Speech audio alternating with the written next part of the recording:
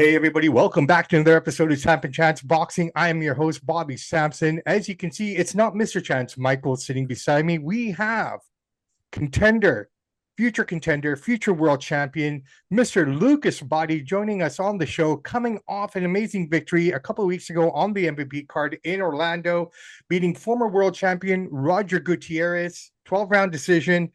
Lucas, thank you so much for joining us on the show. It's a pleasure. It's an honor to highlight a fellow Canadian. How are you, bro? Good. Thanks for having me, Bobby. Oh, thank you for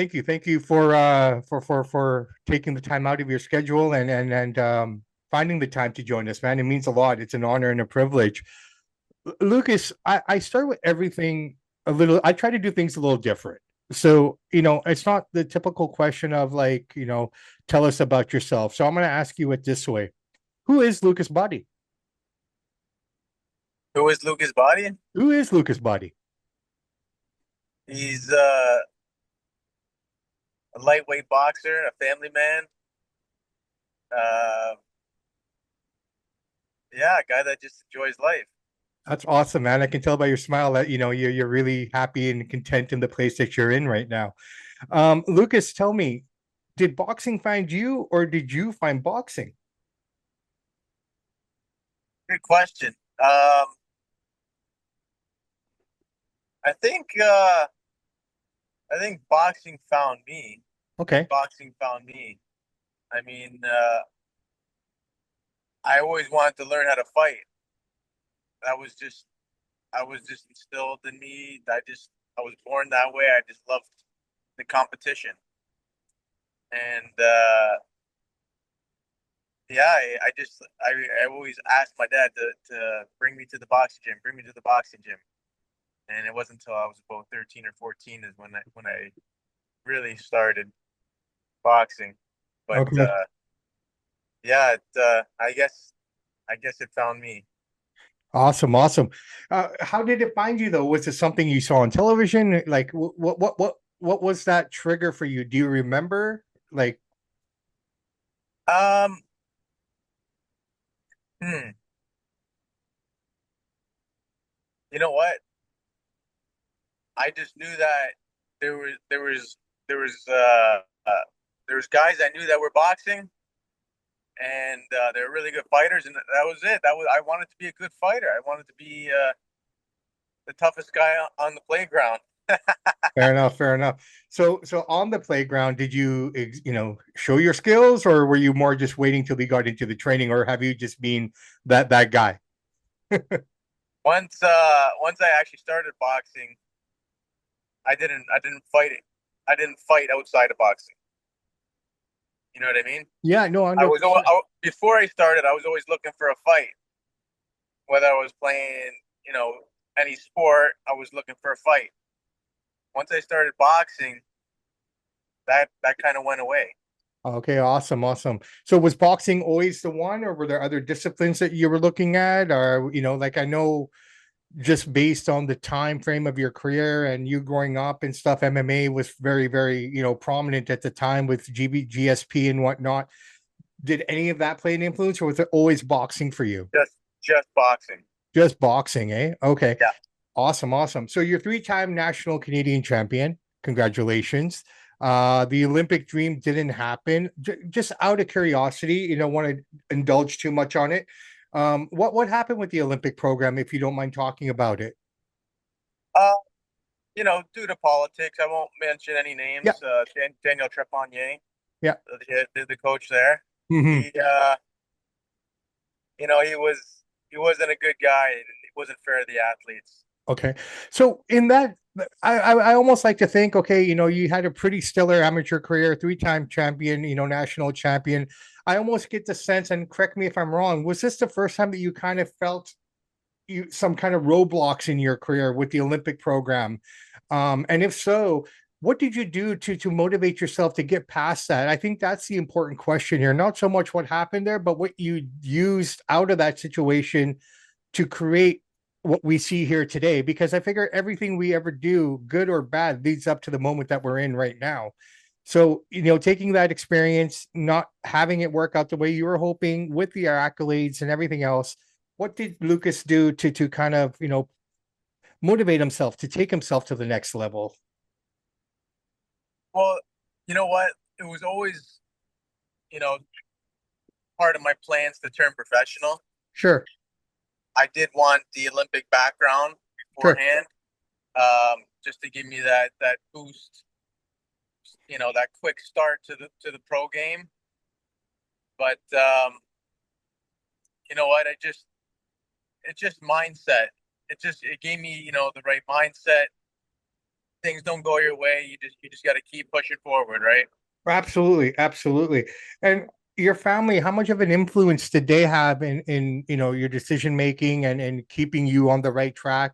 Were there moments where you felt like, okay, I'm getting tired of this? Like we got to keep in mind, ladies and gentlemen, that when you take this path, you're giving up a lot. You're giving up nights out at the club. You're giving nights out with your friends. So, what kept you going in that time? Because summer in Niagara Falls is a blast, man. I mean, Yeah, you know what? I just always had that very strong mindset and determination.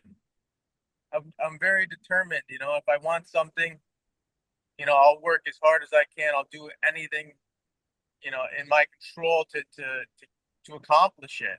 mhm. It's not that like someone really swayed me one way or the other way. I'm just a guy that once I got my mind set on it, I'm 100% in. That's awesome, brother, man. I'd like to take you back to May 19th, 2019, I believe, your very first professional fight against Luis Jan Rivera. Um, how was that experience? What were the nerves like? Your first professional bout, your first time, like this is for real now. How did that come about and how did you feel going in and how did you feel after? I was so nervous going into that fight, just because of the small gloves. Like the first time I put on a pro glove, I just couldn't believe how hard they were Mm-hmm. compared to an amateur glove. And yeah, just knowing that guy is wearing the same gloves as me was just like, holy man, it was uh, it was something different, right? But yeah, I was extremely nervous going into the fight, and I was very tense in the ring. Mm-hmm. But I learned a lot. I learned a lot from my pro debut, that's for sure. And I did get the second round knockout. It was actually a really nice knockout, but I wasn't using my left hand at all that fight. I was just trying to kill him with the right hand. Right, right. And that But seems to be your weapon of choice. yeah, yeah, I wasn't boxing, that's for sure. I was just head hunting, and it wasn't until the second round I settled down a little bit, and that's when I got the knockout. And the experience of that led to becoming more comfortable with the craft, I guess, right, as you progress further here as we go along. So we talk about being nervous. We talked about, oh my god, these gloves, the way they feel, they're smaller. What was it like? And I always like to ask this question because I would not know. What was it like to be hit for the first time with those gloves? Being hit by the first time? Yeah, like in a professional fight, your first professional fight, you got hit with the smaller gloves. What did that feel like? How did that register in your mind? And what was your takeaway? I know it's a pretty heavy question. Yeah. I remember the first time I really got cracked with it, all that I could think was, oh man, I'm in a real fight. I'm Yeah. in a real fight. Like, Mhm. and yeah, I was like, all right, it's time to bite down on the mouthpiece and go to war. Right, It was right, right, it was kind of like a fight or flight, right. Now and I when I I chose to fight, of course. Fair play, fair play. So when that all happens and everything, does that change your style of training or how you look at the gym going forward after that? Like how much changes, from fight to fight, let's say even, from do you feel that you come out of even like you're 20-0, brother man, 15 by knockout, 5 by decision. So, your record speaks for itself. The one thing I did notice about your record, which was really interesting, outside of Sylvia, you fought all Latin fighters, right? Everyone you fought is of Latin descent, outside of H2O. Was that by design or is just the way it worked out? Well, it all comes down to who's willing to fight Okay. and budget, Hmm. right? That's the way it goes in the professional ranks. Is like one guy's willing to fight you for X amount, and a Canadian or an American, they're willing to fight, but they want 10 times the amount. So that's where the business side, comes into play. Hmm. Is yeah, it's more based around budget for the promoters for sure. Awesome, awesome. Okay, so before we get to the fight that everybody knows predominantly about, you won your first championship, the IBF North American title on May 21st, 2023, beating one Jesus Apperman. How was that fight, man, going into it? Amperan fight. Yeah, that the year where you won the IBF and you knocked him out in the ninth with that right. That was a great fight for me, as far as progression Hmm. and to kind of know where I stand based on how other prospects did against him, and he was a puncher doing the 10 round or 9 rounds, but really keeping the focus during the 9 rounds. And I was laser focused that fight, and I knew I had to be because that kid was a very good puncher. Hmm. And you were at home too. Sorry. You were at home as well. It was a you were fighting in front of your friends and family at home. Yeah, yeah, hometown fight. Um, it went it went amazing.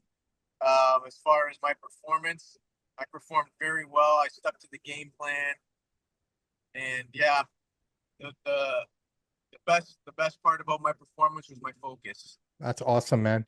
And and I ended up getting the job done. I finished them obviously in the nine. yes, sir. We couldn't ask for anything better because I got 9 rounds in the bag, got the knockout, and it was just a great experience overall. That's awesome. So let's just move right up to the fight that everybody got to know you from. Now here in Canada, I talked to you on the phone. I've been following your career for a while, so I already knew who you were before you went into this fight. But the late H2O fight, did you ever in your wildest dreams expect it to blow up the way it did for you? Yeah, I did. I did because I knew what kind of stage it was on. I knew how good he was, and that was my American debut. That was like the get to know me party, and I was very shocked when I actually got the call for the offer on that fight. Because I never would have thought they would have called me. I just I never ever would have thought it was the last. I thought it would be the last person they'd call, but we're not that known in Canada. Not many people really know about us. We don't get the exposure like the American fighters or the UK fighters, and I think that's kind of what happened, and what played against them, right? Because they didn't know much about me. They knew obviously I had a good record. I haven't fought anyone very like high level, and they thought it was going to be a walk in the park, Okay. and I spoiled their party. I knocked him out badly, and I really hurt his career. That's for sure. Um, but I took the fight knowing I was going to do that, and knowing that it was going to give me massive opportunity. It was going to get my name out there, and big things were going to come following that fight. Yeah, when we look at the build up to the fight, it was all about Sylvie. It was all about Sylvie. You were just the guy. And I mean that with complete respect, brother.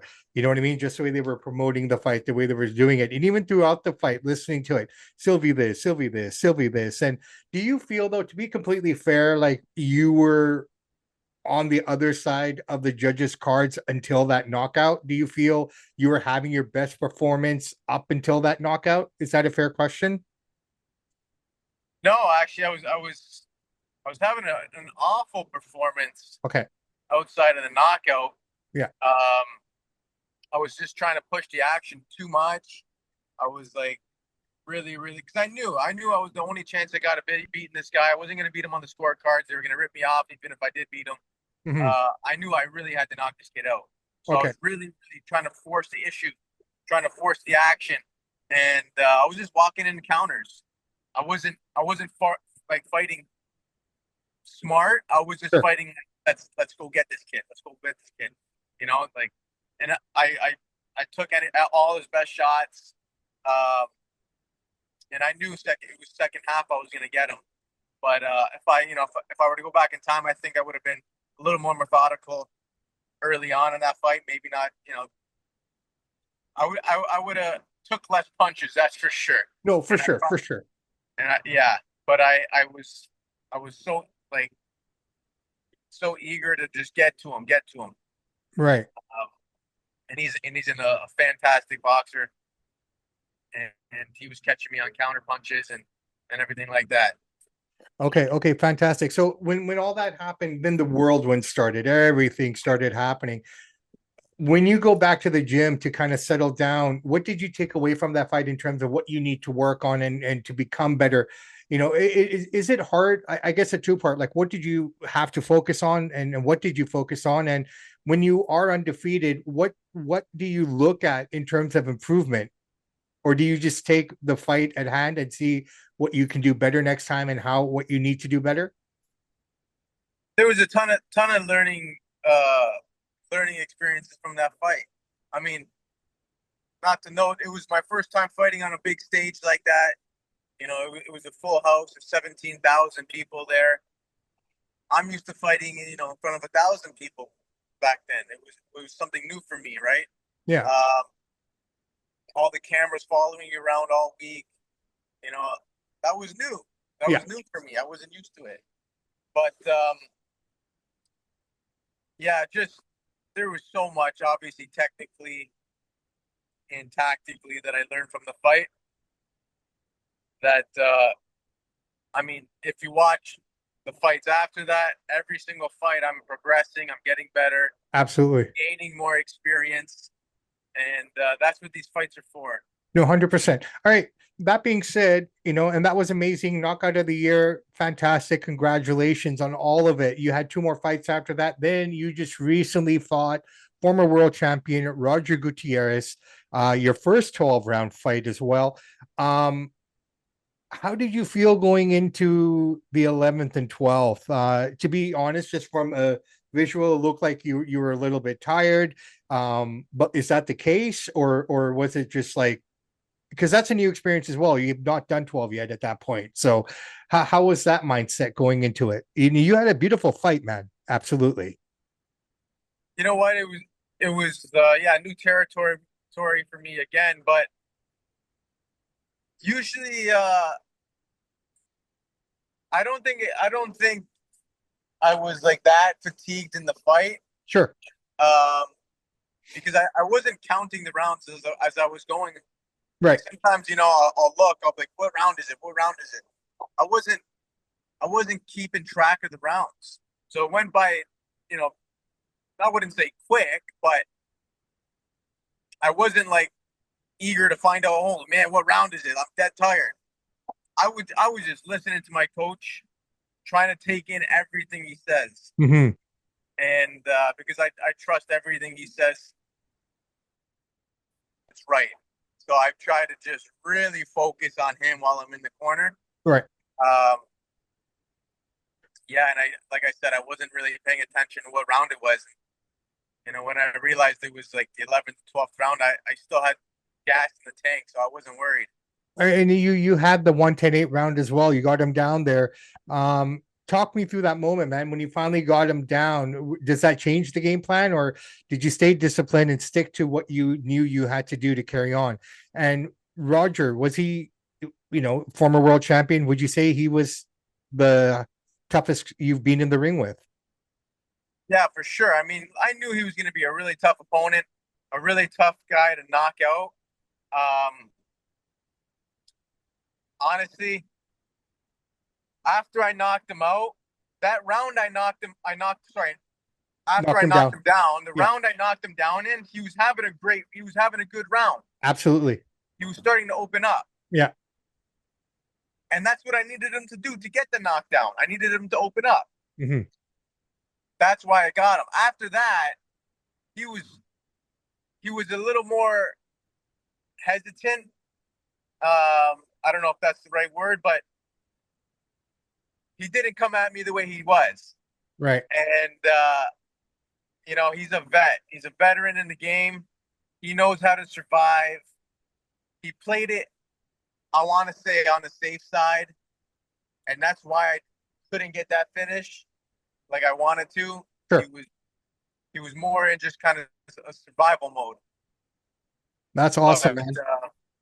yeah, he's a great fighter nonetheless, um, and he could definitely punch. That's for sure. That's beautiful. And the one beautiful thing that I like to say is that we're watching you grow as a boxer with every fight, which is just an amazing thing. You know what I mean? A lot of times we hear about boxers, but we don't get to see a lot of their back end of their career. Where, for me especially, and for a lot of us in Canada who are huge boxing fans, we're watching you grow up in the sport, man. What's the support like for you in terms of fans and people? Um, how is that? How is that to navigate with everything now? Like the support I have is amazing. Yeah, My family, my friends, my fans. I had a lot of people come out to Florida to watch me. I definitely got tons of support, and especially in Niagara Falls. that's beautiful. Speaking of Niagara Falls, talk to me about Fall Boys promotion, man. What's it all about, and what are you guys up to? I mean, that's a company I started, and I was promoting my own fights early on in my career. Now I'm not active with it, but um, yeah, I I funded my whole career and promoted my first like 11 fights or so, and that was basically just to get some eyes on me from the U.S. promoters, building myself up. Awesome, awesome. Now, speaking of promoters, your current promoter, Mr. Jake Paul, the Enigma himself. What's he like as a promoter, as a person? Is he what he is on camera, or is he, you know, a little softer behind the scenes? I mean, as a person, he's a great person. Awesome. He's a really nice guy, and there's a lot of things, you know, they don't talk about. But Jake, he's really good to his community. He's really good to people around him. Um, I mean, he builds gyms in Puerto Rico. The guy basically paid for Ben Askren's surgery. I was A just going to former talk about fighter. that. Like, Yeah, yeah. a lot of he doesn't get a lot of credit for the good he does. People just want to talk about the bad and you know this and that. He's a Yeah. YouTuber, blah blah blah. But Jake's a really good person. No, and and I've always maintained that, right? I've always said that Jake Paul, the humanitarian Jake Paul, the promoter Jake Paul, you can't question. I think a lot of people have issue and take issue with his choices of who he wants to compete against, which is a different ball of wax completely. But who can fault a man if it's working, it's working. For example, I look at that Misfits boxing. I'm not, as a boxing purist, it's not really my style or something to watch. But man, I realized these guys are getting, like huge million plus buys for their cards. So, I mean, the casual fan, they're bringing in the people. So, man, who can argue with that, right? I mean, if we want the sport to grow and keep going, I guess we got to find the other ways to let the new fans in and show them what's what, right? Yeah, absolutely. I mean, no matter what you do, there's going to be critics out there. But as an entertainer, he's one of the most entertaining guys out there right now, Yeah, and, yeah, and numbers don't lie. that's So fair. people can say what they want, but Jake's going to keep doing what he does. He's going to keep building those numbers. That's awesome. And as a promoter, I couldn't ask for a better promoter. No, absolutely. And now being a promoter yourself, having, dabbled into it obviously for your fights in the beginning, how do you feel about him taking over the women's all the women's divisions. Like it's something that Matchroom, Queensberry, Top Rank, PBC, they've all kind of just let it go, and he's picked them all up. How do you feel about that, man? It was an untapped market. No one took advantage of it, and Jake is growing the female boxing like no tomorrow. I mean, he's signed basically almost every champion, 90% of the champions, and he's giving a lot of females big opportunity that they normally wouldn't have got. Right. Now, again, this is just your own personal opinion. Do you feel Clarissa Shields is making a mistake by not signing with him? Because do you think she can have the opportunity that she's looking for on the train that she's on? Or do you think she needs someone like Jake Paul, that kind of promotion backing to get where she wants to? He, she's gonna have to work with him sooner or later. That's It's it. only a matter of time. If she wants the biggest fights on the biggest platforms that bring the biggest numbers, she's gonna have to do business with Jake.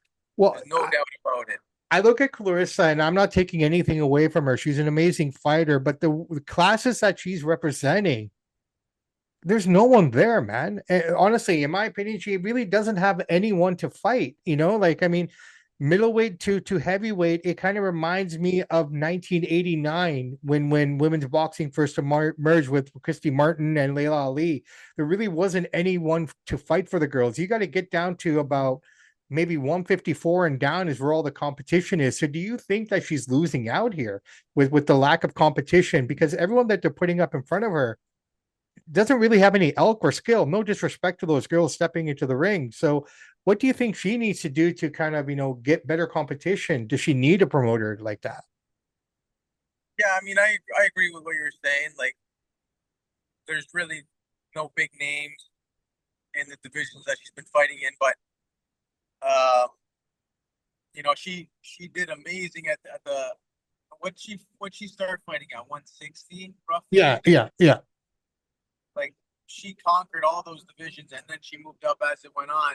yeah. I know how those lower weight classes or middle weight classes are growing and they're getting much better. I think it's time for her to move back down again. Do you Absolutely. think? Do you think being up there for so long, and I ask you this question because in terms of training, like for yourself, how much weight do you have to cut before a fight? Like when you go into a fight camp, you're fighting at 135. What do you walk around at? I'm like 150, 155, So walk you around. so you stay close to where you're supposed to be, Yeah, I mean it's never an easy cut. right? It's all discipline and a lot of hard work. But yeah, a lot of people do much bigger cuts than that. Okay. Uh, So my next question here is, because you are in the game, you do this. Do weight classes make a difference in boxing? Does that 3 pounds between this and this really make a difference, or is it more in the head of the fan, or you know what I mean? it makes a big difference.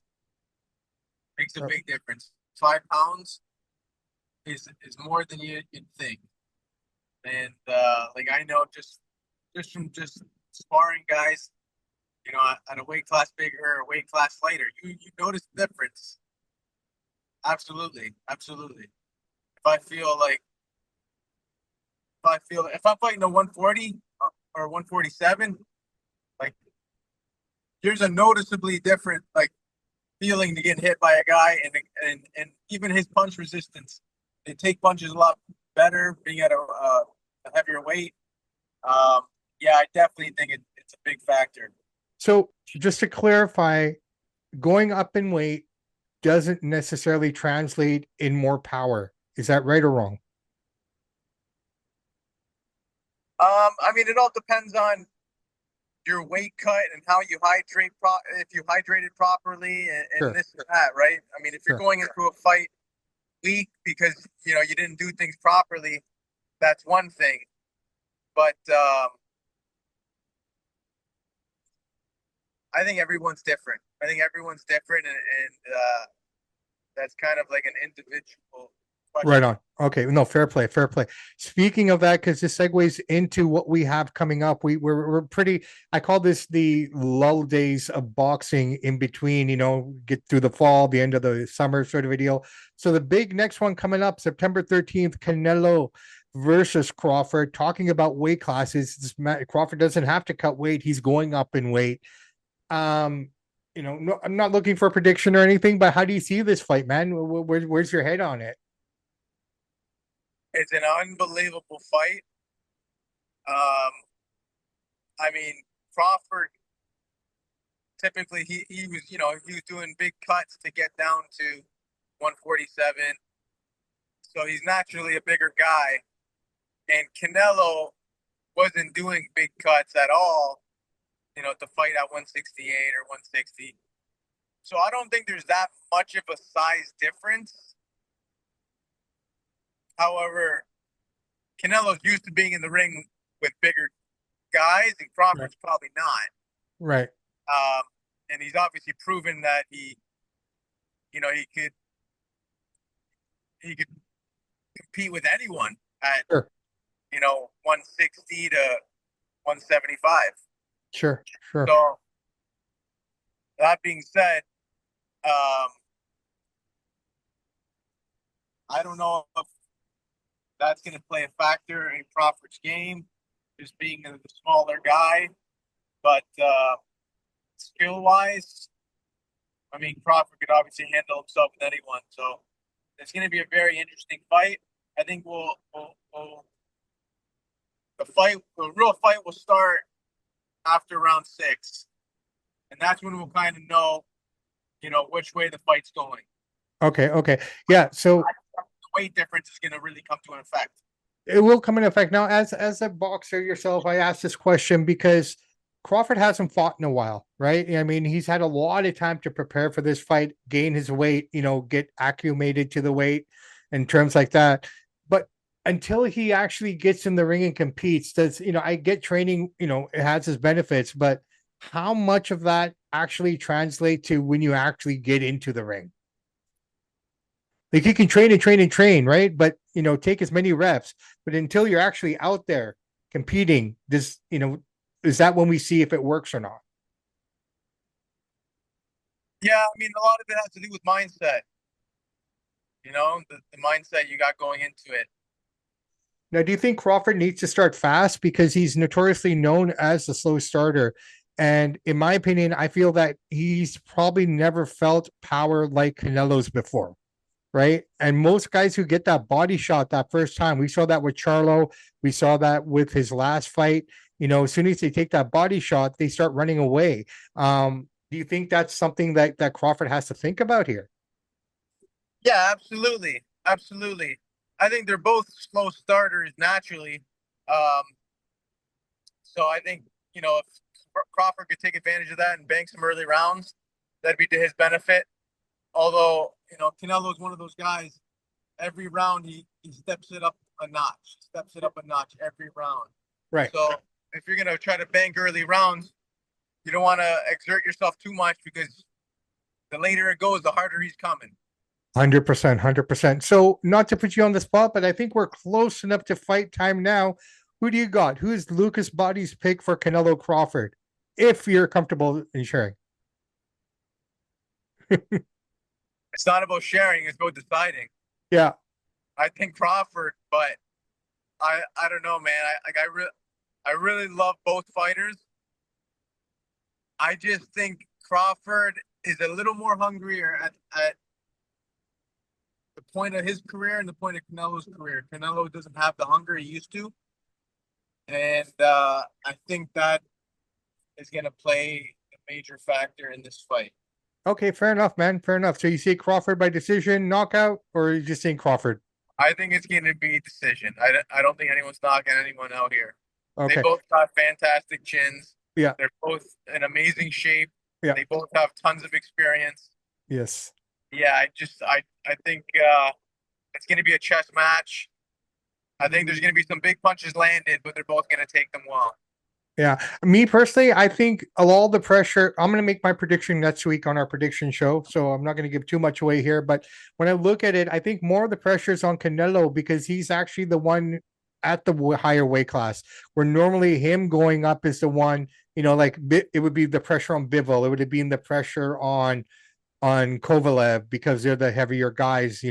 So him being where he's supposed to be at home and Crawford coming up, I feel more of the pressures on him. So I think Canelo is taking this fight very seriously for the first time in a long time.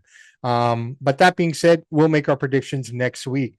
All right, brother man. You know what? Thank you so much for taking the time and you're driving around town, man, and I really appreciate it. But Chance isn't here, and what Chance likes to do is play a game with the guests. So I asked him to send me these names. We call it the name game. I'm just going to shoot out these names. If you and just give us your instant reaction to them. Yeah, it's a combination of a little bit of everything. You ready? So like one word or Whatever you want to say, man. It can be a sentence, it can be a statement, just whatever comes to mind. all right. All right. So here we go, ladies and gentlemen. We're going to play the name game with Lucas Bahdi. Lucas Bahdi, your first name, Arturo Gotti. Warrior. Warrior.